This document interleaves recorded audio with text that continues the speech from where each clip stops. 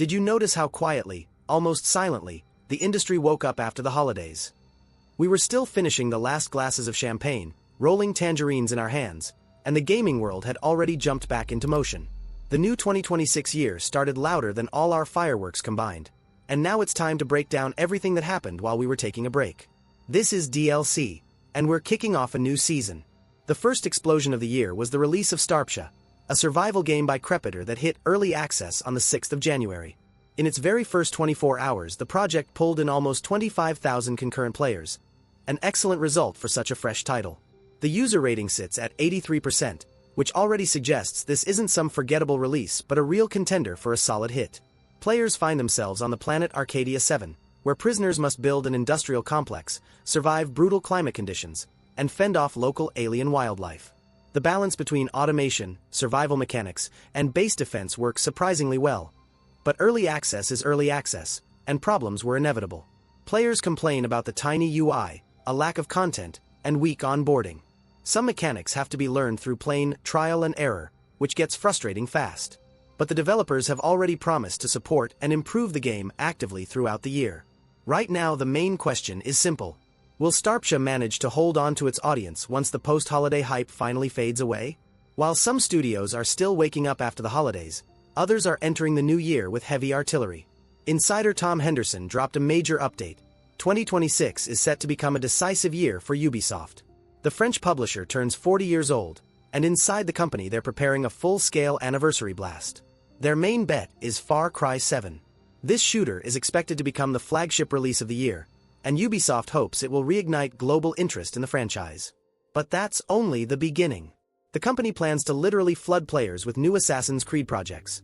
The Black Flag remake, the darker witch-themed AC line, and the experimental multiplayer Assassin's Creed Invictus are all already looming on the horizon.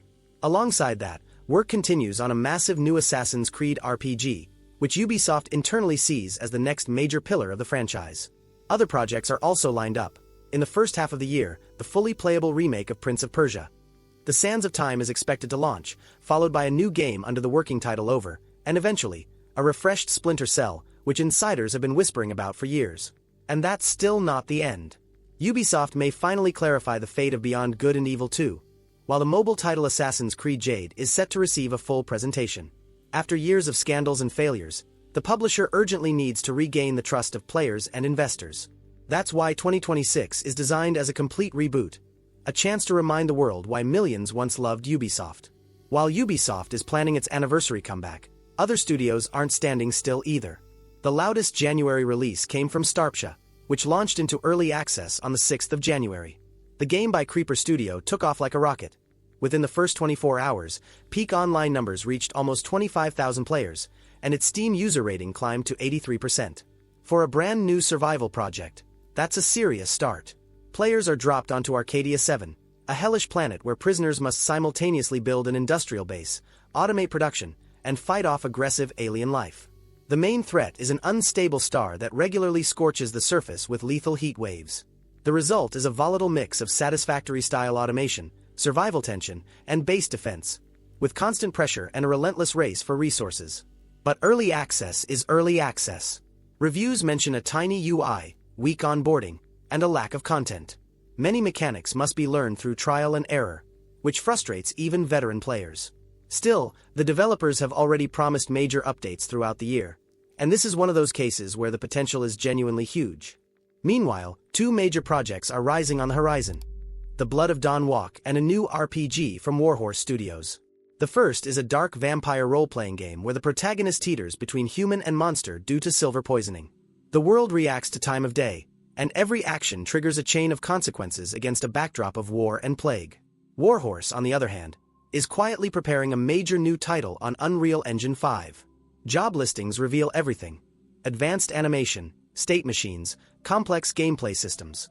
It looks like their second team is already laying the foundation for a new hit, while the main team continues developing the Kingdom Come universe. Against this backdrop, solo developers also made noise. Zhang Xianchen, creator of Bright Memory Infinite, has started working on a new third-person action game set during the era of the Republic of China, from 1912 to 1949. A period of revolutions, the fall of the monarchy, gang wars, and hidden political conflict. For the gaming industry, This setting is extremely rare, which is why the project immediately sparked heated discussion. After the announcement on Bilibili, Chinese players worried that such a sensitive era might cause trouble. But Xianxin quickly cooled the debate.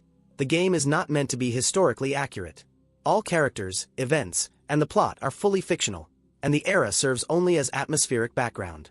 The main focus will be on combat, speed, and style. Meanwhile, new details, or rather the lack of them, emerged about Deus Ex actor Elias Toufexis, the voice of Adam Jensen, revealed that he is involved in 4 projects, including Bungie's Marathon. Fans instantly assumed one of the remaining 3 was a new Deus Ex. But Toufexis cut it short. There is no new Deus Ex, and the franchise is currently in the hands of people who basically don't care. Hopes for a quick cyberpunk comeback have faded once again. Teyon, the studio behind RoboCop, Rogue City, is moving forward though. Recent job listings make it clear the team is developing an action RPG, a step far beyond the shooters the studio is known for. One requirement stands out: complex animation for wolves and dogs. This strongly suggests that animals won't just be background elements, but full-fledged enemies or even companions. Given Teyon's love for Hollywood licenses, fans already speculate: Predator? Rambo? Or something completely new? There are no official details yet, but the genre shift looks bold and ambitious. The stealth action game Styx, Blades of Greed also added fuel to the hype. Cyanide Studio released 9 minutes of gameplay, and fans instantly saw that the Goblin is back in all his signature style. The levels are now far more vertical, and the freedom of action has grown dramatically. Players can use a grappling hook, claws, a glider, and dozens of creative approaches to every mission.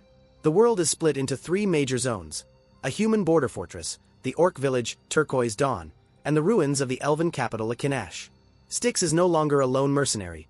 He now leads his own crew and travels on a zeppelin hunting for quartz, a rare and dangerous resource.